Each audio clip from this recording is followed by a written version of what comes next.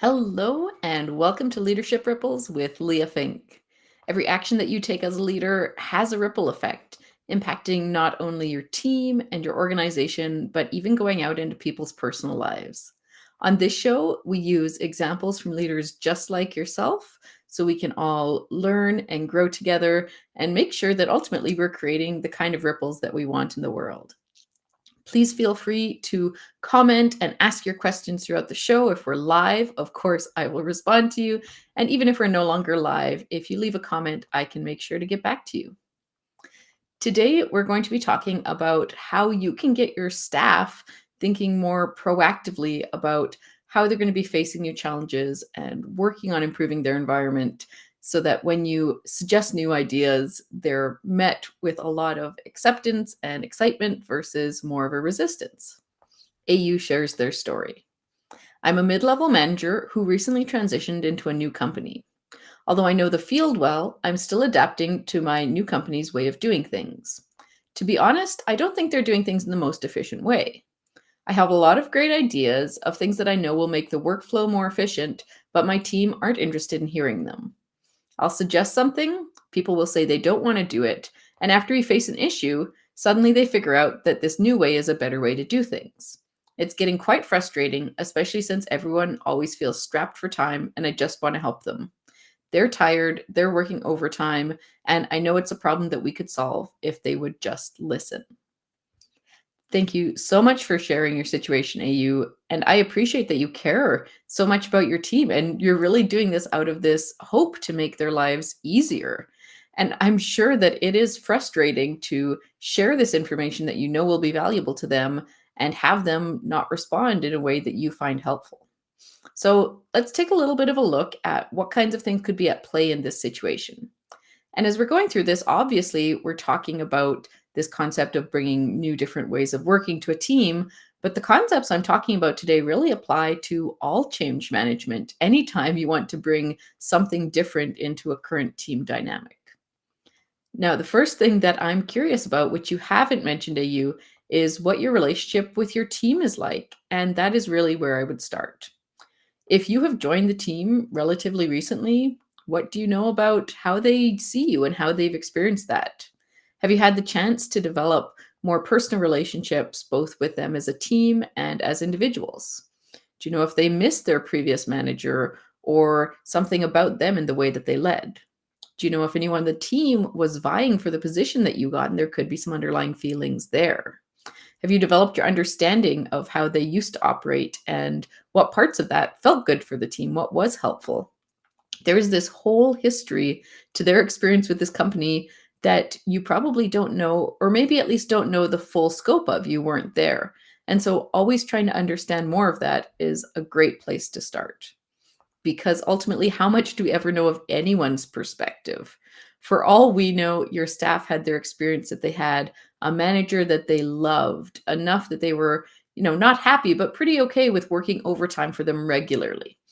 And then that person left. And now some new person that they don't trust yet has come in and keeps telling them they're doing things wrong. Now, that is not what you're going for. And of course, this is just me making up a story about what they could be experiencing. But thinking of that experience is a place that we want to start because at the very least, it wouldn't surprise me if there was a little sense of feeling that they're doing something wrong when you come in with all these new ideas. Even when the information that we're sharing in this case is about systems and ways of working, and you're really focused on how it can help them, from the other side, think about how that could potentially feel like a criticism of the work that they have been doing and are doing. It's important for leaders to remember that it takes 8 positive statements to just balance out one constructive one. And that's not even surface level, good jobs, thanks for doing that. This is specific positive feedback about ways that their actions had a positive impact.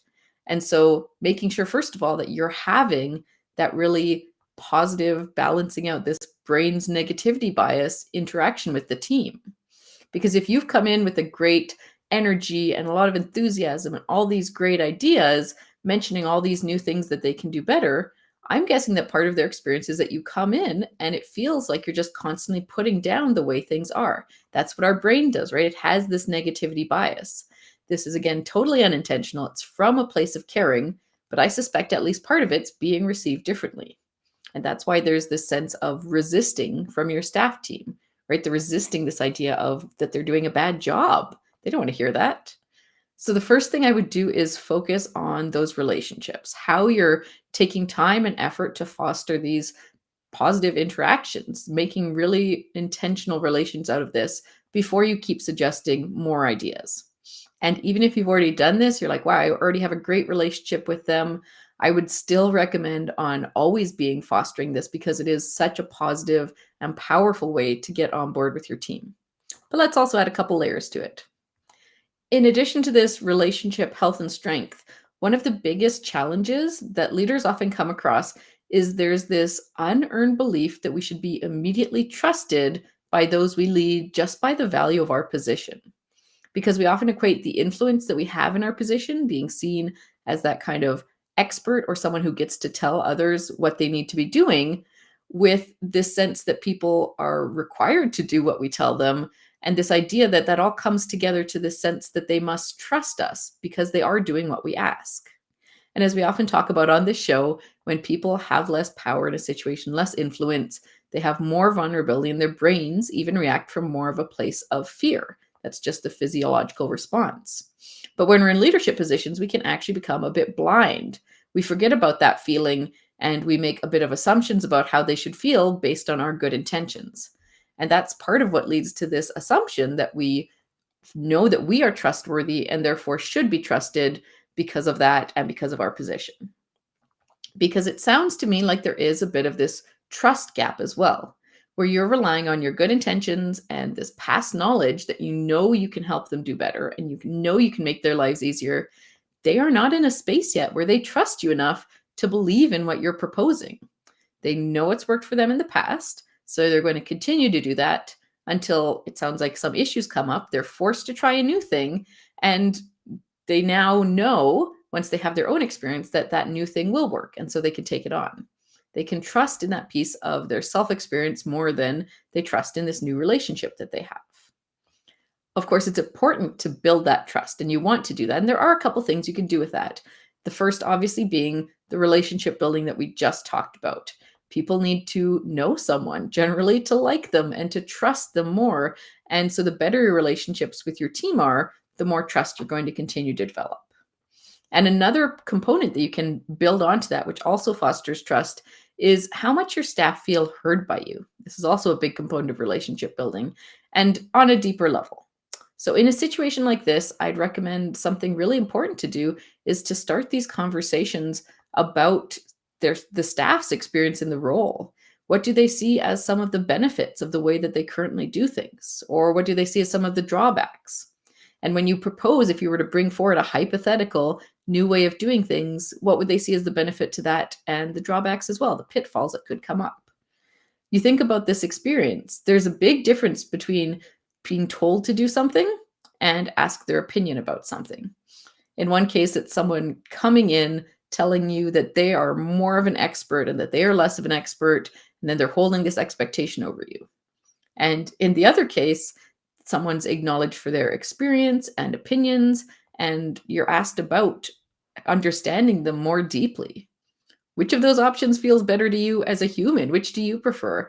I suspect that everyone likes being acknowledged for what they know and asked to understand themselves and their experience better. So you can consider that as you move forward with your team. Because once you also have that information and this understanding, that opens up even more possibilities. You'll get to hear more about the current challenges your team are facing. Maybe they're seeing these challenges a bit differently, which is also why they're resisting this idea of something new coming in. You'll understand more about their strengths and how they could even cultivate that better and how you could use those to cultivate these new systems. This gives you important information, new information as a leader to understand how you can be improving with your team, alongside of them, instead of trying to improve something for your team. Because that is what makes you an ally. You want to be an ally to your team, tackling problems together, being on the same side instead of now creating this side where you're telling them to do something and they're resisting that concept of doing something new. You put yourself on different sides in that case. And with that, I want to add just one more component of building trust and something to consider as you go through this whole relationship development process. And that is how responsive you can be to the different needs of different staff. So, as an example, everyone has a different personality, different preferences, different values. And if you can work more to meeting those specific preferences, those specific values, that will help you gain trust and build relationship a lot quicker. So, for example, when people focus more on organization and structure, first of all, they're probably going to be the ones that are the most resisting of the change. And showing them a really well planned out system, a really well thought out structure will help them to be able to know that they could continue to be organized even as they have to face this change. For those who focus on relationships and really care about that interpersonal interaction, you want to keep learning about them. You want to keep taking this more personal approach to continue to foster that kind of deeper connection that they're looking for.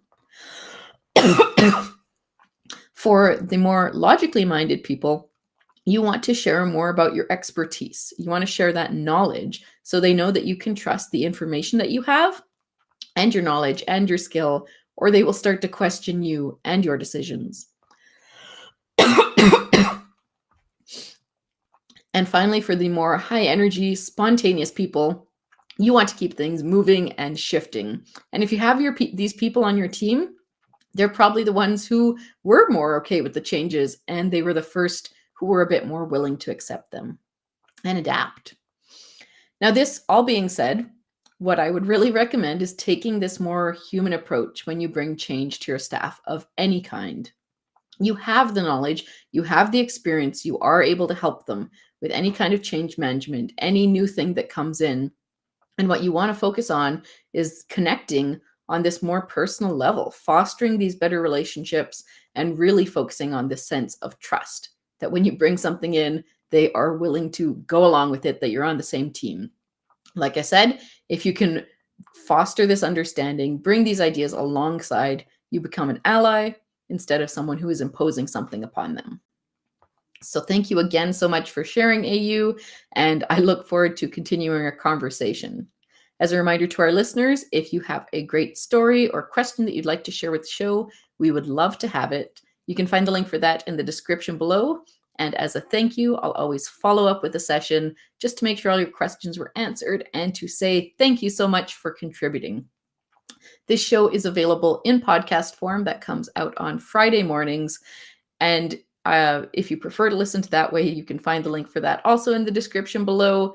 And if you've been enjoying this, even if you watch it live on YouTube or on LinkedIn, if you wouldn't mind heading to that podcast link and leaving a rating or review, it really helps the show out to get out to more people. And I would really appreciate that.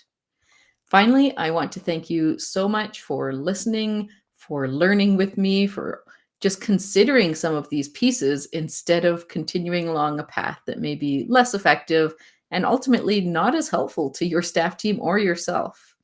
And as we close, remember to ask